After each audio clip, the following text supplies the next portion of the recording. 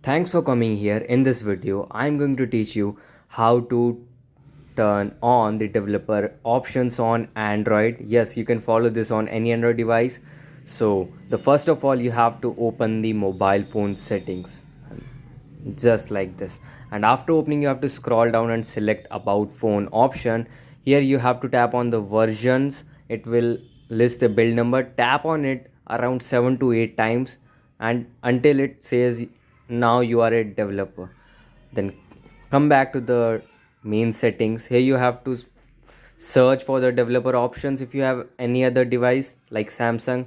Other than that, I'm going into the additional settings of my mobile phone. Here you have to scroll down and tap on the developer option.